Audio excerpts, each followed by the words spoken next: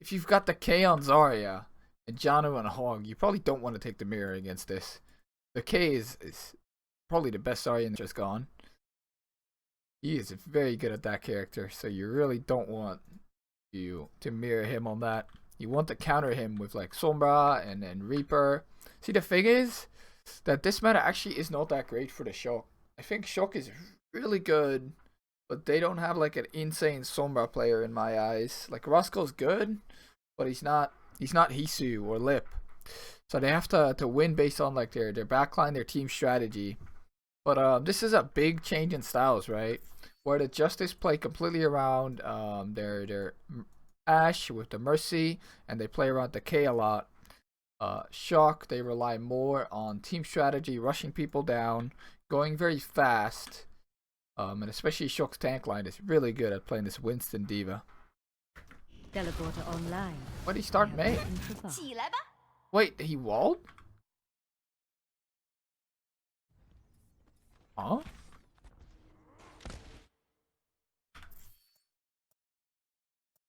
What's he trying to do here? I think he wanted to swap to Reaper, but he missed the swap. And he swapped to Mei. Ah, he must have misclicked. Okay, I was like, why the hell is he on Mei? But he's not on Mei. He's trying to TP. And now Muff is like, God, this guy's so slow. What the hell? Okay, that makes sense. Oh, that's bad. Now Muff and Reaper, Muff and Striker aren't in the fight for like the first 5 seconds where they should be. That is not good. Okay, Shock on the retake now, and this is tough because Justice has so many ults, right? They can choose. Like the problem for the Shock comp a little bit is that they have to stack up when they engage. You can't not stack up when you're playing Lucio Moira. So Justice's ults automatically get like a lot of value, right? Like EMP, if the enemy stacked up, is insane. Muff might have to hide to beat it, which he's currently doing, which is great. Grav gets a lot of value when the enemy team is stacked up. Can maybe counterplay that by matrixing it, right? But that's low percentage play. They have to rush somebody down, so the nano boost does a lot, right? I think these ults for Justice are going to be super impactful. So then Shock losing that last fight, basically getting picked and not getting any ults out, was so bad for them. Either way, they get a good coalescence in. They're really rushing these tanks down here. The K did use both his bubbles, so they need to kill the K quickly, right? They really need to kill him quickly. Oh. It is a good EMP, but as you can see, Muff did hide. Muff hiding is great, and we've seen all weekend long, these Lucios have been so good at hiding EMPs. Like, I feel like especially this last day, all the Lucios have done such a good job avoiding EMPs. And if you're a Lucio and you're looking to like know how to play against Sombra, Funny Astro yesterday did such a good job in their match against the Gladiators. And one big thing, I think, why the Reaper is so good against this Justice comp is because there's no Diva to eat any of the Reaper ult. So as long as Striker gets in range and he uses his ult, he can really eat up these tanks and then like get the health, you know? Because if the Diva's eating your ult, you don't regen as Reaper, you die a lot. But when there's no Matrix, that Reaper ult gives you constant regen. Should get a lot of value here. The Hog is actually pretty good on King's Row because Dive is not as good on King's Row. So you can make like flanks through hotel work very well and stuff. And then the Ashe has always been good on this map because effective ranges are really good here for Ashe, and you can play in this window. But, I mean, Smurf Sons are. I don't get why you would mirror this Justice comp when they've been one-tricking this for like weeks in scrims probably. Yeah, and they just roll first point. And I always say King's Row first point is one of the easiest points to cap in the game because once you get this part of the map, it's very tough to find cover for the defense. So you shouldn't like make a comp on King's Row for first point defense. I think that's very bad play. And I do think that the shock like, it becomes worse as the map goes on, right? So. Objective. Okay. So shock does regroup. Smurf is back. The problem is Decay's full energy, or no, he's 26 energy, but he's still got good energy on this attack. And Aim God's already got ultimate. I think if Shock take this fight right now, they will get another good fight here at the end of the map.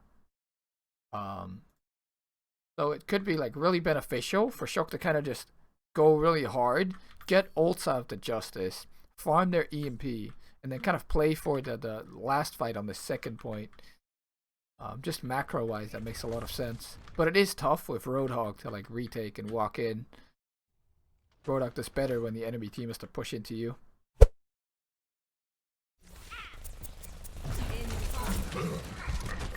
Well, Shock, they always try to clutch. 5v6s they always take. But that can either be, you know, a blessing, or it can get you snowballed through the whole map. So it's like their playstyle, right? And I don't think it's bad. But in situations like this, it costs them so much. Because they just use the best ult in the game, or one of the best ults in the game, to try and clutch this out. Wow, what a sleep from Aim God too. Yeah, and maybe they would have won this with the EMP here. Because they nanoed the Zarya. They EMP everybody. Minus maybe Arc. And then they can push in. So the EMP getting slept, that's a big deal.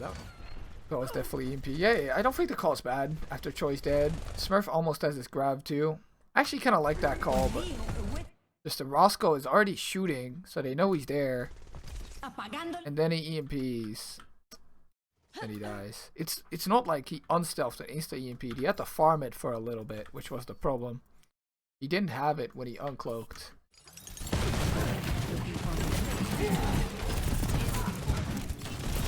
So it's like, I don't think that's too bad from Roscoe. It's just a really good sleep from Aim God. And they're trying to clutch, so he has like a very small window where he's gonna get this EMP off. And the K doesn't have self bubble, so he would have lost half his HP. It's just tough that it didn't work out for them. But I don't think that's too bad from the show. But it does get them snowballed the rest of the map. Justice coming from the side, and Janu gets a really good hook. They didn't, like, Shock did not expect this flank. Yeah, Janu gets insta killed. Now Shock should probably just go down point. You're not gonna get out. Oh, they don't go down point. Wait, Ons gets a kill. Ons is trying to clutch. They also sleep Janu.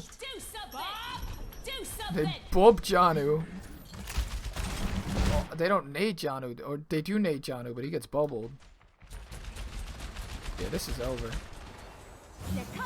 They res Tuba as well. Ons can't kill everyone. Trust me. I've seen it happen. Tuba has been getting shit on by Ons a lot though.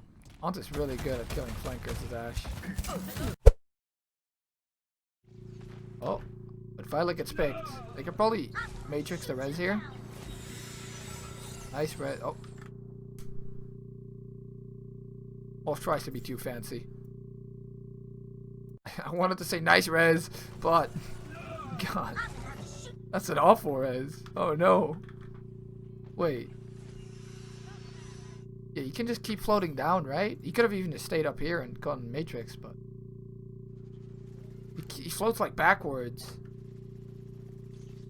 Fucking just barely doesn't get it. Oh, that's dumb. Oh no, that's bad.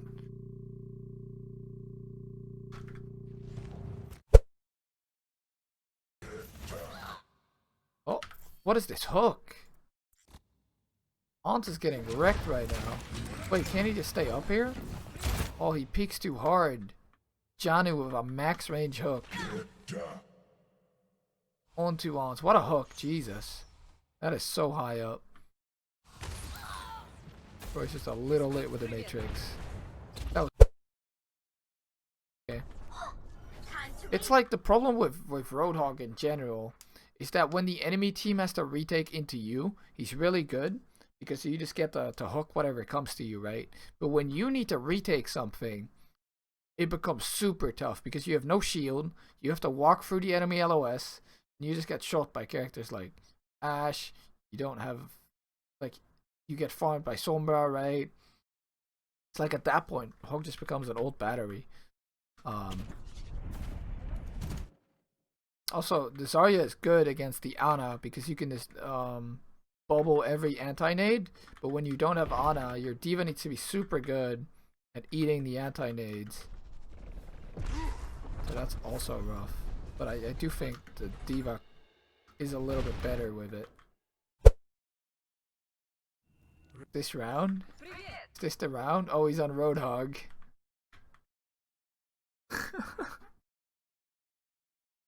So Shock is Super's on Roadhog. I don't know about that one. It's really don't know about that one. I also really like the Pharah pick here for Tuba. I think this is a great pick. I think this is a good map for Pharah, especially because you have all this cover in the air. Super needs Santo. Super gets booped off the map by the Pharah. I don't know about this. He inted.